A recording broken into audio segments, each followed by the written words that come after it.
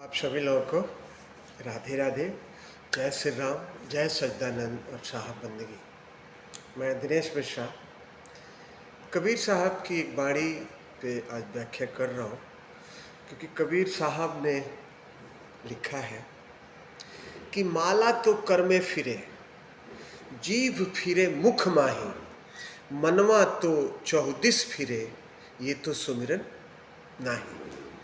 जब मन हमारा चारों तरफ भटकता है तो ये भगवान की पूजा नहीं है और हम नहीं कर सकते, क्योंकि आप लोगों ने देखा होगा कि लोग हाथों में वो माला ले लेते हैं तुलसी की या जिस चीज़ की, और राम राम राम राम राम राम राम राम करते रहते हैं। कोई कृष्ण कृष्ण कहते रहता है, कोई राधे श्याम कहते रहता है। लेकिन संत सम्राट सदगुरु कबीर कहते हैं कि आप अच्छे कर्म करें। अच्छे कर्म का मतलब है कि मेहनत और ईमानदारी से आप काम करें, और जो भी मिलता है खुद खाएं, और कोई आता है आपके पास तो उसको भी खिलाएं।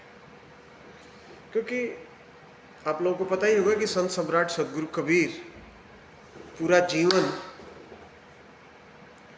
वो मेहनत और ईमानदारी किए, और उन्होंने खेस बिना, इतनी तरक्की नहीं थी, इतने इंटरनेट के साधन नहीं थे, इतना प्रचार के साधन नहीं थे लोगों को अपनी बात रखने का, लेकिन उस समय भी वो पूरा विश्व को ज्ञान दिए हैं संत सम्राट सदगुरु कबीर।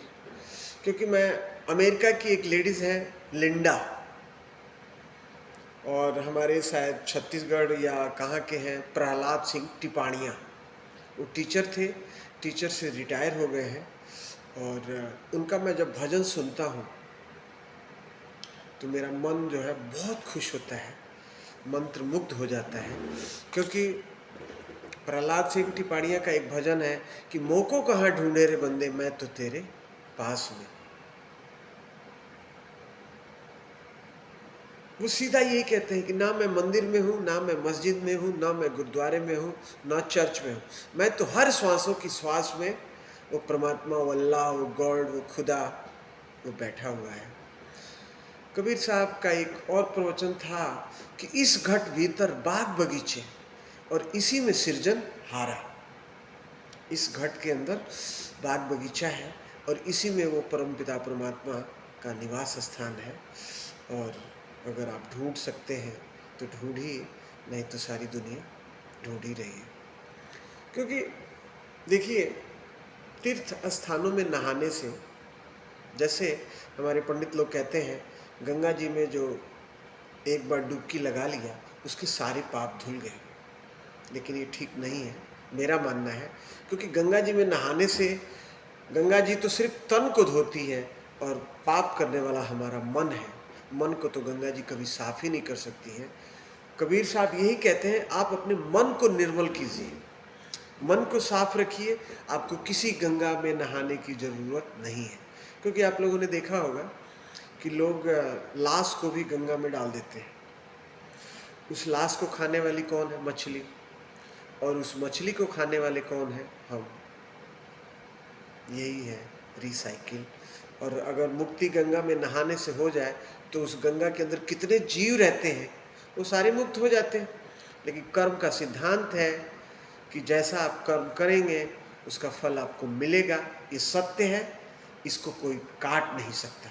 भगवान राम को भी मिला, भगवान कृष्ण को भी मिला, और सबसे बड़ा जो फल हमारे संत सम्राट सदगुरु कबीर, जो इस दुनिया में लहर तारा में कमल के पत्ते पे आए, और उन्होंने 100 कितना साल इस संसार को ज्ञान दिया, और अंत में गोरखपुर से 30 किलोमीटर पे मगहर है, वहाँ से वो गए हैं, उनकी लाश नहीं मिली।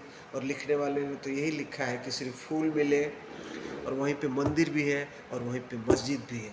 वहीं पे वो तपस्या स्थल है जहाँ पे उन्होंने तपस्या किया था, सच्चाई का पाठ पढ़ाया था, लोगों को ज्ञान दिया था। सत्संग का मतलब ही होता है सत्य का संग, का मतलब सत्संग। आप सच्चाई की राह पे चलिए आपको कहीं सत्संग में जाने की ज़रूरत नहीं, आप खुद ही सत्संग कर रहे हैं।